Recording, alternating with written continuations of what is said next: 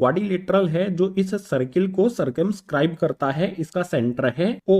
और जो भी क्वाड्रिलेटरल की साइड्स हैं वो इसको P, Q, R और S पॉइंट पर टच करती हैं। अब जो भी क्वाड्रिलेटरल के वर्टिसेस A, B, C और D हैं इन सभी को सेंटर से ज्वाइन कर देंगे। O से A को ज्वाइन कर देंगे, O से B को भी ज्वाइन कर देंगे, O से C को भी ज्वाइन कर देंगे और O से D को भी ज्वाइन कर देंगे एक सीधी लाइन में। अब इस फिगर से और अच्छी तरह से समझा जा सकता है AB और DC ये दोनों साइड क्वाड्रिलेटरल की अपोजिट साइड हैं। ये AB वाली साइड इस सेंटर पर ये वाला एंगल बनाती है जो मैंने अभी ड्रॉ किया है। बिल्कुल इसी तरह से DC वाली साइड सेंटर पर ये वाला एंगल बनाती है। अगर इन दोनों एंगल्स को ऐड करें तो ये सप्लीमेंट्री होंगे, यानी कि इन दोनों का सम 180 डिग्री के इक्वल होगा। ये हमें प्रूव करना है और ये प्रूव करने के लिए जो हमारे P, Q, R और S पॉइंट हैं इन सभी को भी हम सेंटर से ज्वाइन करेंगे। O P को ज्वाइन कर देंगे, O Q को ज्वाइन कर देंगे, O R को ज्वाइन कर देंगे और O S को भी ज्वाइन कर देंगे। ये फिगर कंस्ट्रक्शन करने के बाद इसी फिगर के बारे में सॉल्यूशन में सबसे पहले यहां पर लिखा जाएगा ABCD is a quadrilateral circumscribing a circle with centre O। ABCD हमारा ये क्वाड्रिलेटरल है जो इस सर्किल को सर्कमस्क्राइब करता है, यानी कि PQRS पॉइंट पर टच करता है। अब हमें ये प्रूव करना है कि एंगल AOB और एंगल DOC ये दोनों एंगल्स एक दूसरे के सप्लीमेंट्री हैं। और ये प्रूव करने के लिए सबसे पहले यहां पर बात करेंगे हमारे एंगल POS की। जो भी हमारा ये एंगल POS है, इस POS एंगल को OA क्या करती है, बाइसेक्ट कर देती है, यानी कि दो इक्वल पार्ट्स में डिवाइड कर देती है। मान लेते हैं ये एंगल A होगा, ये एंगल B होगा। OA अगर इस एंगल को बाइसेक्ट करती है तो एंगल A और एंगल B एक दूसरे के इक्वल होगा। सो यहां पर हम लिख सकते हैं एंगल A इक्वल्स टू में एंगल B। बिल्कुल इसी तरह से इससे नेक्स्ट वाला एंगल देखेंगे POQ, ये वाला हमारा एंगल है। इस वाले एंगल को OB वाली जो लाइन है ये बाइसेक्ट करती है। अगर हमारा ये एंगल C है तो ये D लिखेंगे। OB इस पूरे एंगल को बाइसेक्ट करती है तो C और D एक दूसरे के इक्वल होंगे। सो इससे अगले वाले पॉइंट में लिखा जाएगा एंगल C इक्वल्स टू में एंगल D। बिल्कुल इसी तरह से ROQ वाले एंगल को आप देख सकते हो, ये हमारा एंगल है और इस एंगल को OC बाइसेक्ट करती है। अगर हमारा ये एंगल E है, ये एंगल हमारा F है, इस पूरे एंगल को OC ने बाइसेक्ट कर दिया तो E और F एक दूसरे के इक्वल होंगे। सो यहां पर लिखा जा सकता है एंगल E इक्वल्स टू में एंगल F। और इसी तरह से इससे आगे वाला एंगल ROS की बात करेंगे। ये वाला हमारा एंगल है और इस एंगल को OD क्या करता है, दो इक्वल पार्ट्स में डिवाइड कर देता है, बाइसेक्ट करता है। अगर हमारा ये एंगल G है तो इसको H लिखेंगे। OD इसको पूरी तरह से बाइसेक्ट करता है तो ये दोनों एंगल एक दूसरे के इक्वल होंगे। सो यहां पर लिखा जाएगा हमारा एंगल H इक्वल्स टू में एंगल G। अब जो भी हमने यहां पर पॉइंट्स लिखे हैं इन सभी के लिए यहां पर रीजन भी लिखा जाएगा। सबसे पहले पॉइंट में एंगल A और एंगल B एक दूसरे के इक्वल हैं और ये दोनों एंगल किस लिए इक्वल हैं, क्योंकि OA POS वाले एंगल को बाइसेक्ट करती है। सो रीजन में यहां पर आ जाएगा OA bisects angle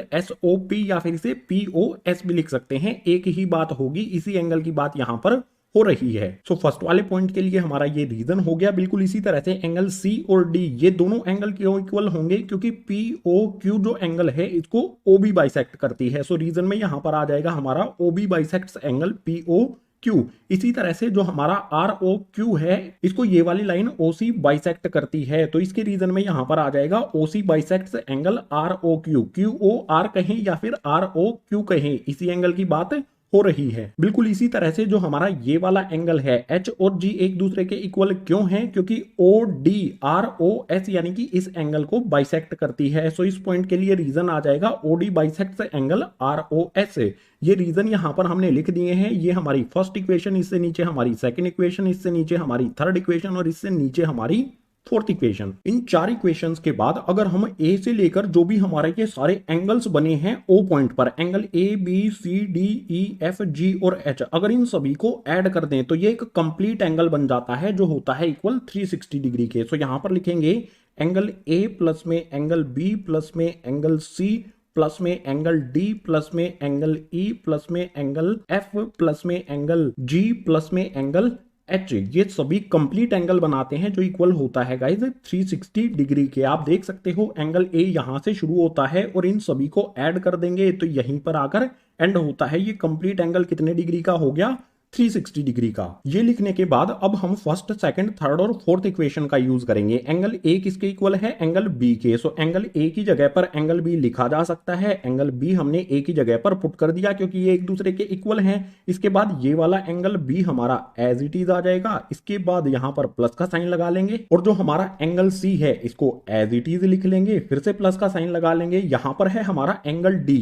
angle D किसके इक्वल है? एंगल सी के, यानी कि इस एंगल डी की जगह पर एंगल सी हम लिख सकते हैं। इसके बाद फिर से प्लस का साइन लगाएंगे। यहां पर है एंगल ई। थर्ड वाली इक्वेशन में देखोगे तो एंगल ई एफ के इक्वल है, यानी कि जो भी हमारा ये एंगल ई है इसकी जगह पर एंगल एफ लिखा जा सकता है। इसके बाद ये वाला एंगल एफ हमारा एज इट इज आ जाएगा। इससे आगे देखो यहां पर है एंगल जी, इसको एज इट इज लिख देंगे। सो ये हमारा एंगल जी एज इट इज आ गया। इसके बाद प्लस का साइन लगाएंगे। यहां पर है एंगल एच। फोर्थ वाली इक्वेशन में देखोगे तो एंगल एच किसके इक्वल है? एंगल जी के इक्वल, यानी कि एंगल एच की जगह पर एंगल जी लिखा जा सकता है और इक्वल्स टू में 360 एज इट इज लिख देंगे। इसके बाद यहां पर आप देख सकते हो एंगल बी प्लस में एंगल बी, ये हो जाएगा हमारा 2 एंगल बी। बिल्कुल इसी तरह से यहां पर एंगल सी प्लस में एंगल सी है तो ये हो जाएगा हमारा 2 एंगल सी। इसके बाद यहां पर एंगल एफ को एफ में ऐड करेंगे तो ये हो जाएगा हमारा 2 एंगल एफ। बिल्कुल इसी तरह से एंगल जी को एंगल जी में ऐड करेंगे तो ये हमारा हो जाएगा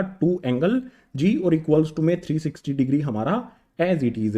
अब यहां पर आप देख सकते हो इन सभी टर्म्स में 2 हमारा कॉमन आ जाता है। सो 2 कॉमन लेने के बाद बचेगा क्या? यहां पर 2 हमने इन सभी में से कॉमन लिया है, इसमें से 2 कॉमन लेंगे तो बचेगा हमारा एंगल बी। बिल्कुल इसी तरह से इसमें से कॉमन लेंगे तो यहां पर बचेगा हमारा एंगल सी।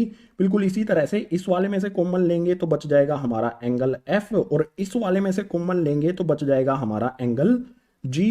ब्रैकेट क्लोज करेंगे इक्वल्स टू में 360 डिग्री हमारा एज इट इज। अब यहां पर ध्यान दो, एंगल बी और एंगल सी को ऐड करना है। ये हमारा एंगल बी है, ये हमारा एंगल सी है। अगर इन दोनों एंगल्स को ऐड कर देंगे, ये दोनों एंगल्स अगर हमने ऐड कर दिए तो ये पूरा एंगल बन जाता है AOB। एंगल बी और एंगल सी ऐड होने पर ये पूरा एंगल बना AOB। So angle B plus में एंगल सी, इसकी जगह पर आ जाएगा हमारा एंगल AOB। इसके बाद प्लस का साइन लगा लेंगे। यहां पर आप देखो एंगल एफ और एंगल जी को भी ऐड करना है। सो एंगल एफ यहां पर है, जी यहां पर है। अगर इन दोनों को ऐड करेंगे तो ये पूरा एंगल बन जाएगा यहां पर जो है हमारा DOC। ये कंप्लीट एंगल बनेगा एफ और जी को ऐड करने पर। तो एंगल एफ प्लस में एंगल जी, इनको ऐड करने पर बनता है हमारा एंगल DOC इक्वल्स टू में हमारा 360 डिग्री एज इट इज आएगा। अब आप कहोगे कि जो ये वाला 2 है ये कहां पर चला गया? ये यहां पर इस ब्रैकेट के साथ कैसे है? मल्टीप्लाई में दूसरी साइड में शिफ्ट करेंगे तो आ जाएगा यहां पर डिवाइड में। 2 से 360 को कैंसिल करेंगे 180 टाइम्स पर। इसको कैंसिल करने पर हमें एक फाइनल इक्वेशन मिल जाती है एंगल AOB प्लस में एंगल DOC इक्वल्स टू में 180 डिग्री। हमें यही तो प्रूव करना था कि जो भी क्वाड्रिलेटरल की अपोजिट साइड यानी कि AB और DC हैं, ये सेंटर पर सप्लीमेंट्री एंगल्स बनाते हैं। यानी कि इस वाले एंगल को ऐड करें और इस वाले एंगल को ऐड करें तो 180 होना चाहिए। यहां पर हमने ये प्रूव कर दिया है तो लास्ट में यहां पर लिख देंगे angle AOB and angle DOC are supplementary. जो भी हमारा AOB और DOC ये दोनों एंगल्स